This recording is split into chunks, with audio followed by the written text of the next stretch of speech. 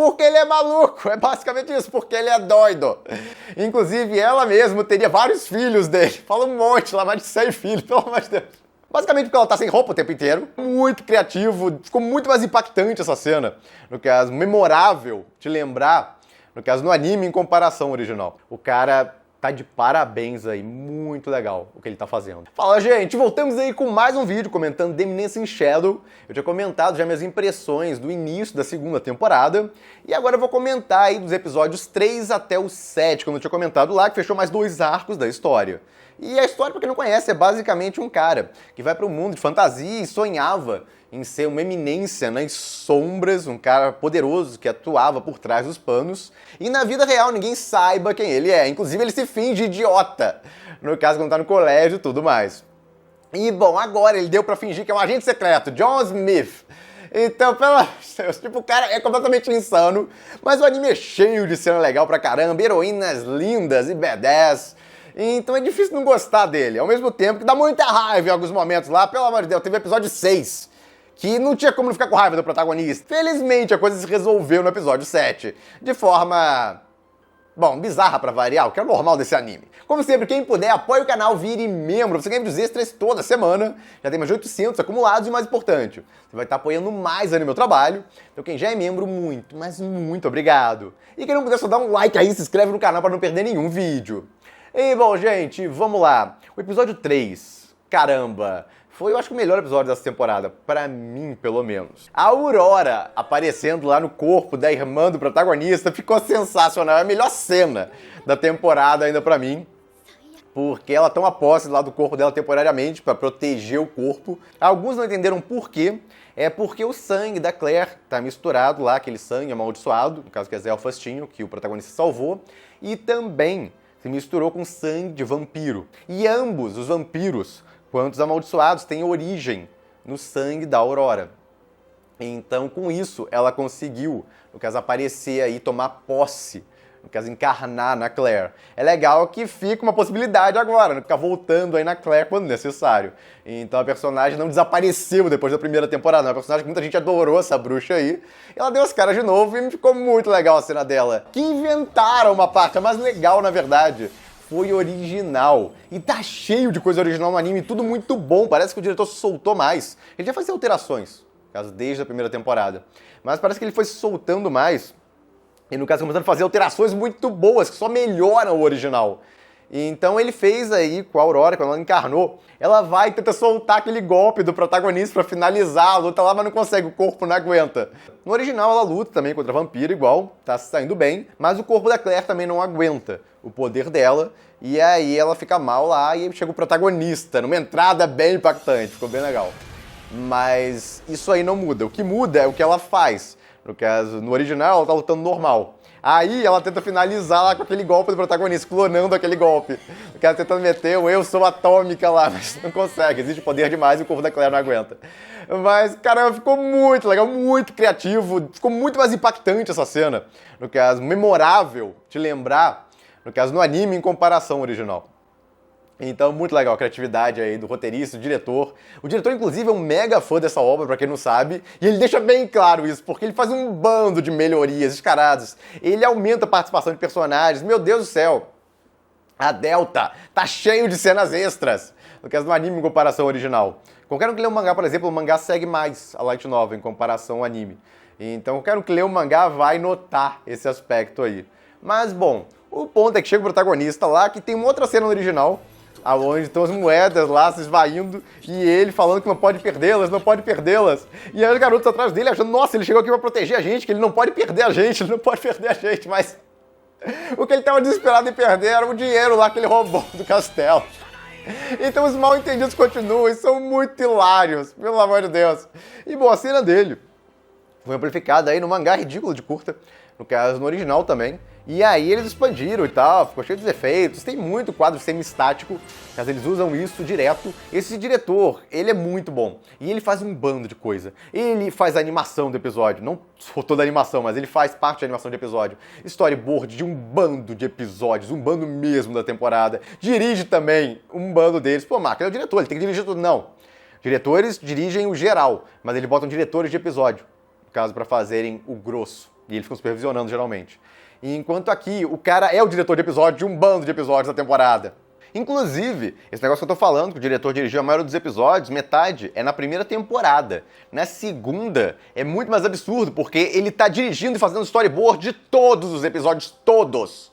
O normal é ter um diretor de episódio diferente para cada episódio, um storyboarder também e tal, divide bem o serviço. E ele tá pegando tudo. Ele é o diretor geral, é o diretor de episódio de todos os episódios, e ele é o storyboarder de todos os episódios. E não só isso, ele é o diretor de ação de quase todos os episódios também. O cara é uma máquina impressionante. Então, o cara realmente tá metendo muito a mão. Dá pra ver que ele adora o que tá fazendo. Eu torço muito que ele continue fazendo mais temporadas. Tem material já pra isso, de Eminence in Shadow, porque ele claramente adora o que tá fazendo. É aquele diretor apaixonado pela obra, pelos personagens, por tudo, e fica tentando deixar o melhor que ele pode. Só que é limitado, no caso que ele tem de recurso aí nesse estúdio, claramente. Então, muitas cenas que seriam muito mais legais se fossem super fluidas, acabam sendo semi-estáticas. Então, são impactantes, visualmente funciona. A trilha sonora também ajuda pra caramba a amplificar os momentos. É um anime que eu chamo de não tão animado, mas muito estiloso. E com uma trilha bem usada para impactar nos momentos certos.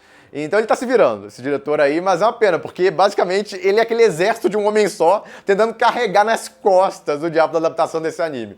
Se ele tivesse mais uns 2 ou 3 dele, no caso, trabalhando com ele nesse anime, caramba! Ia ter um bando de cenas bem mais impressionantes aí em termos de animação. Essa parte aí contra a bruxa ficou muito legal, e o protagonista soltando lá, no caso, uma outra versão daquele Atomic dele. Em vez daquele, caso eu sou atômico, ele soltou um de recuperação dessa vez. Atomic Recovery, como ele chamou. E aí ele curou a maldição das garotas, curou, no caso, o frenesi louco aí que tava o vampiro, o berserk dela, e curou os zumbis também, que tinham se espalhado pelo local. Então tudo curado. O cara é tão absurdo que, caso com um golpezinho, ele curou todo mundo numa área gigante. Nossa senhora. Teve uma outra cena que mudaram, no caso, dele chegando e metendo aquele Atomic dele, no caso, contra um vampiro lá, que parecia o grande vilão desse arco, mas não, ele acaba morto, porque eu sempre consegui fazer nada. Então, no mangá, ele luta contra o cara e tal, e derrota ele. Mas ali ele chega, o cara tá falando ainda, ele nem espera o cara acabar de falar e mete o Atomic, explode tudo e mata o cara. Ficou muito mais divertido, no caso, no anime, em comparação ao mangá. Aonde não é desafio também aquilo pra ele, mas não ficou tão, o que é isso? Tipo, surpreende tanto. Então, ficou legal. Aquele fechamento ali, eu gostei bastante também. Então, em geral, esse arco da vampira ficou 10/10, muito melhor do que o material original. Aí o diretor conseguiu realmente fazer aquela melhoria do material original com respeito. E bom, chega no próximo arco, o protagonista dá de agente secreto. Ele é o John Smith agora. Pra não reconhecer ele como Shadow e tal, a organização dele não reconhecer ele. Não que adiante muita coisa, porque todo mundo acaba reconhecendo depois. Mas o ponto é que ele se une aí a essa garota, que é a líder lá das Garotas da Vida, no local que ele estava no arco anterior, que é essa raposa, ou garota raposa mais precisamente.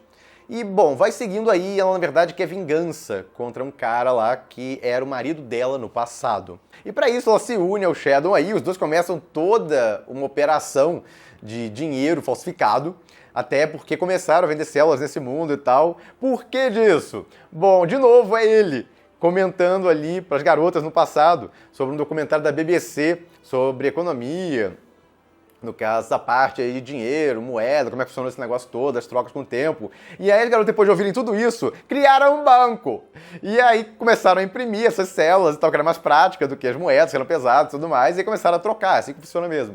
Então, tem todo um problema que ele gera com isso, no caso de começar a fazer notas falsas e tudo mais, só porque ele queria dinheiro. Fim das contas, só o que ele queria era isso. Inclusive, o plano dele inicial ia dar errado.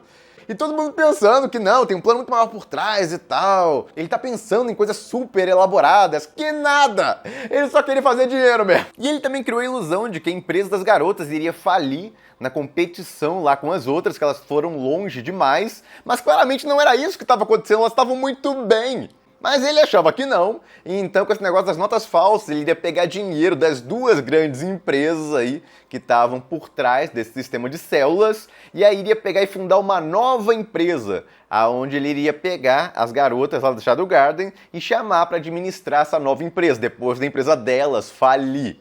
Só que tudo isso que a empresa delas iria falir era da cabeça dele. Mas bom, segue aí, e tem uma cena muito engraçada da Gama, ela defendendo lá o prédio da empresa de invasores, e é pura zoeira. No original também é muito cômica a cena e ficou muito, mas muito meme. Até a luta é meio meme, mas é de propósito, fica engraçada a luta. Então ela acaba matando até o cara que vai lá invadir sem querer. Mas acho como se tivesse feito de propósito. Então, olha, ficou engraçadíssima essa parte. E segue aí com mais cenas muito melhoradas, em comparação ao original. E a parte mais interessante disso é quando mandam a Delta ir atrás dele. No original, ela reconhece ele na hora, por causa do cheiro dele, o que faz sentido. Porque ela sente o cheiro dele, no caso, uma distância absurda, devido ao olfato dela, de ser meio lobo. E, bom, no anime, ela não sente esse cheiro na hora. Ela chega lá e tem uma luta até entre os dois, ficou bem legal, botaram um extra, até que ela reconhece ele e pula em cima dele lá. Inclusive, teve uma outra cena muito engraçada dos dois que eu não posso mostrar, por causa de algumas partes aqui. Basicamente porque ela tá sem roupa o tempo inteiro, no caso agarrada nele lá, girando em volta dele, pescoço dele, cabeça dele, diabo 4. Então, já não fanservice bem legais, nada contra diretor, porque, por exemplo, no mangá é diferente essa cena, ela tá toda vestida e tal. No anime mudou isso, mas nada contra, eu gostei bastante da cena. Mas o ponto é que não dá pra mostrar grande coisa. Mas ficou bem divertida a cena, a interação entre os dois é muito legal. E os dois são idiotas. Os dois são cabeça de minhoca, tanto o protagonista quanto ela, então eles se combinam até. No caso, os dois são tapados pra caramba. Muito fortes e muito burros. Então é perfeito os dois aí. E tem uma cena que acaba chamando muita atenção. Porque ela acaba matando o irmão dela lá, e o protagonista fica chocado. Pô, é seu irmão e tal. Ah, mas ele era fraco. E eu tenho muitos irmãos, eu tenho mais de 1000 irmãos. Porque aparentemente o pai dela tem um bando de mulheres. E ele fica tendo o máximo de filhos possível lá pra expandir o clã dele. E tem tantos que acaba nem dando muito valor. Então morre um, morre outro, não tem problema. A gente faz mais, como a Casa Delta mesmo fala. Então, esse pessoal besta tem uma mentalidade bem diferente quanto até o valor, no caso de pessoas da família.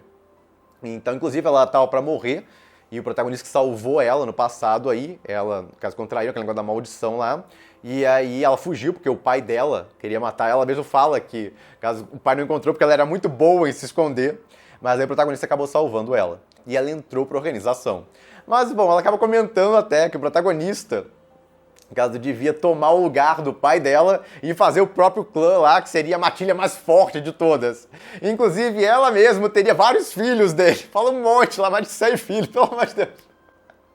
Olha, a Delta é muito doida. E no caso, que achava que não tinha interesse romântico nem nada, pô, ela quer ter filhos dele. Então, já diz alguma coisa. E ela claramente adora ele. O tratamento que ela dá a ele, como ela age com ele e ela age com os outros é totalmente diferente. Embora o protagonista meio que trate ela como um cachorro. Então, isso aí fica... Bom, é uma relação muito esquisita, mas muito divertida também. E bom, ela reconhece ele, essa parte do trem, quando ela vai atacar ele. E aí ele pega e manda ela pra uma outra missão. Porque se ela voltar lá pra Alpha, ela vai contar que na verdade o cara é o Shadow. E ele não quer que a Alpha descubra. Só que ao mandar ela pra essa missão, ele acaba deixando os outros preocupados, achando que ele, na verdade, matou a Delta, ela desapareceu, então ele matou ela. Cheio de mal entendido, é um mal entendido atrás do outro, basicamente. E, bom, vai seguindo aí, a Alpha vai lutar contra ele, furiosa depois lá, porque acha que ele matou a Delta. Descobre que, na verdade, é o Shadow lá. E ele fica sem entender o que tá acontecendo, porque ele tá fazendo esse negócio todo. Porque ele é maluco, é basicamente isso, porque ele é doido. No caso, que tem várias fantasias. No caso, a fantasia dele agora é ser um agente secreto. Então, ele é maluco, e vocês acham que ele é um gênio. Essa parte maluca da história. E bom, os dois lutam, também ficou bem legal a luta. Uma habilidade nova aí que a Alpha desenvolveu. Mas não é páreo ainda pro protagonista. E aí, quando ele joga ela do trem, e ela fica toda encolhida lá, depressiva. Ela tá até depressiva pra caramba no próximo episódio lá, porque é o cara que ela tanto admira e tal, que salvou ela. E, no caso, ela quer ajudar ele e tal, participar das coisas. No caso, fez o máximo lá que podia e acha que não foi bastante. Por isso que ele tá desprezando elas. E não quer contar nada dos planos dele. Então, é bem dolorosa essa parte aí, porque você fica só com raiva porque o protagonista é um imbecil. No caso, ele fez isso tudo só pra prazer próprio e, no caso, pouco se lixando pro resultado lá que ia dar, pra caca que ia dar em volta. E tá causando os garotos ficarem toda mal ali por causa disso. E, bom, a Beta acaba desvendando lá a carta dele, porque ele deixou uma cartinha com ela, era um bando de rabiscos, nada a ver dele, mas ela criou toda uma interpretação maluca pra aquele negócio que explicaria o que ele tá fazendo. Então ali eles, nossa, na verdade ele quer ajudar a gente, tal, salvar a gente, etc. Então, de novo, eu tenho que comentar uma piadinha que o pessoal faz aí, no caso do que ele sacrificou em troca de muito poder e sorte, como ele tem nesse mundo. Até os mal entendidos, mas malucos aí acabam bem pra ele de alguma forma, por causa da interpretação maluca que as pessoas fazem. E bom, os garotos conseguem descobrir onde tá o ouro, acham que ele guardou lá pra elas pegarem de volta até, aí vão lá, pegam tudo.